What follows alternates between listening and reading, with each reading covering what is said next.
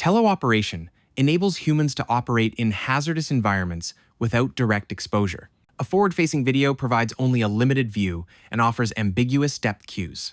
We propose Human-in-the-Loop Gaussian Splatting for robotic teleoperation using VR. Our goal is to reconstruct a large-scale refinery environment. The initialized GS map is sparse and incomplete, based on the robot's initial viewpoint.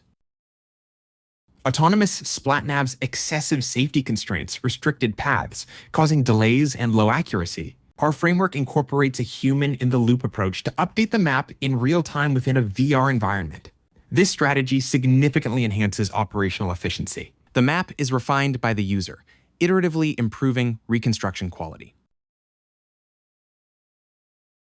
Each contribution is embodied in a corresponding module within our pipeline. The system includes predictive robot motion and semi-transparent camera FOV display features. The user can adjust the motion to avoid unsafe behavior, after which the corrected motion is confirmed as safe.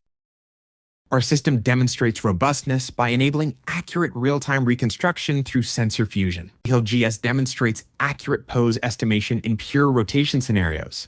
Reconstruction results in a refinery environment, including 3 scenarios: pump jack, valve pipes, and oil tank.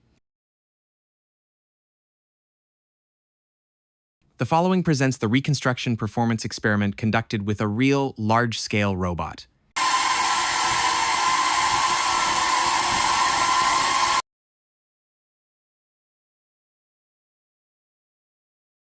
The experiments conducted with the real robot also showed higher reconstruction performance.